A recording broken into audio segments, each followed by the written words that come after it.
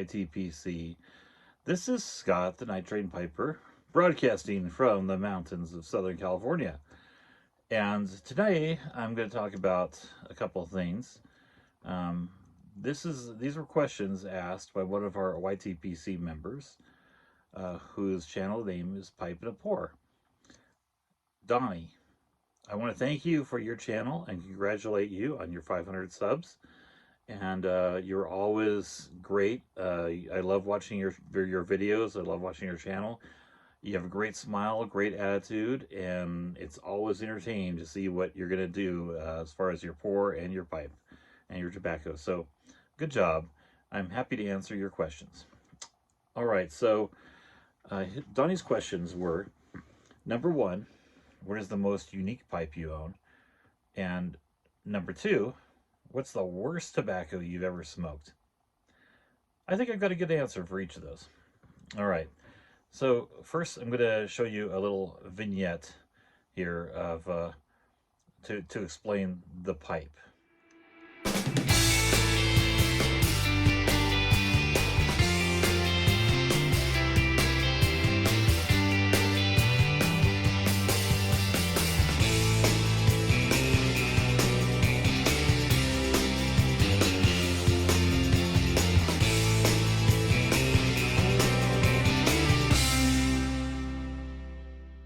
All right. I hope that was somewhat entertaining. That was a pipe I made this afternoon. just less than an hour ago I finished it. And here it is. So, there's a little story to this pipe. Why is it the most unique pipe? So, when I was a kid, my best friend, who was also my next door neighbor, and we didn't have much to do. I lived in a small town, maybe 25,000 people. I don't know. Small for me, for California, small. And so we were bored all the time. So, but we had corn cobs, and we'd seen people smoking pipes on TV and stuff. So we decided to make ourselves corncob pipes. So this is a tribute to that. Um, we didn't know what we were doing. We just took the corn cob, we drilled holes in it.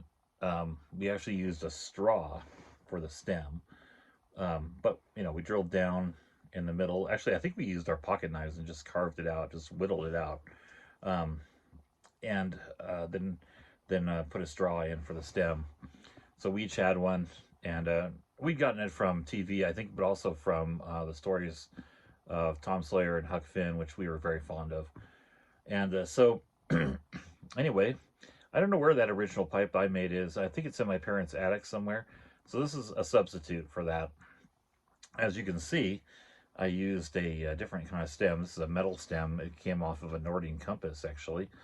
Um, so I figured it had less chance of melting than the straw stem we used. But I did make an alternative stem. Here it is. It's a straw stem. So that's going to be just kind of sitting here in the spare pile, and I'm never going to use it. But I do have a spare stem just in case.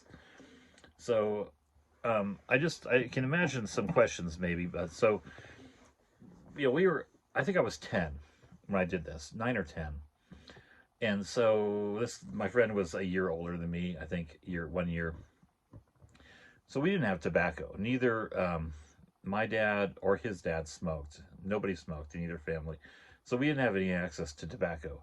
We didn't even know what people were doing with those pipes. We just thought, well, that's cool. They've got pipes and smoke is coming out and they're blowing smoke rings and all this. And so, we used the only thing we knew that was in my mom's cupboard that was like a stimulant. And we thought, gee, maybe this will work like tobacco. And it was coffee grounds.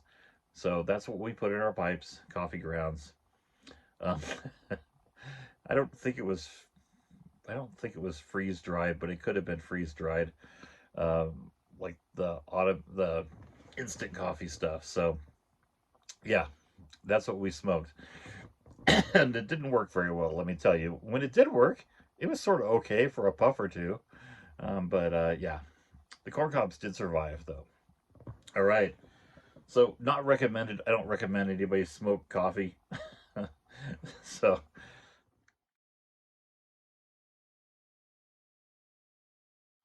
all right. So the last part of the question was, what's the worst tobacco you smoked?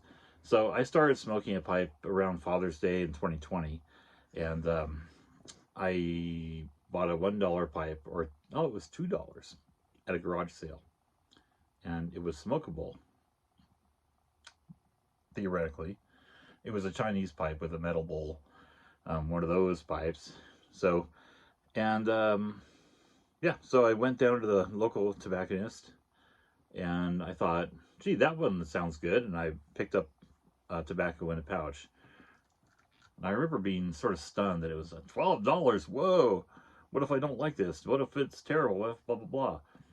Well, it was. I didn't like it, and it was terrible. So I bought Borgum Riff cherry liqueur, and here is the what remains of that first pouch that I got in this little jar. Um, took a long time for me to get this to actually light and smoke. It took a lot of just painstaking attempts, and it finally did work in that pipe. But I could go on and tell you more about my pipe journey. But I finally did get a decent pipe, and it worked well. All right, I just opened this after it's been sitting here for probably 2 years. Oh man, oh I can smell slight. Yep, yep. There's still cherry in there. Woo! Still smells cherryish. So I'm gonna try smoking this again tonight and see how it is. So I haven't smoked it in 2, 3 years, I think. So at least. So yeah, I'll try it. But that was my worst smoke. It was awful in every respect. And so that's my story, and I'm sticking to it. So y'all have happy smokes and a great weekend. Talk to y'all later. Mm, not good.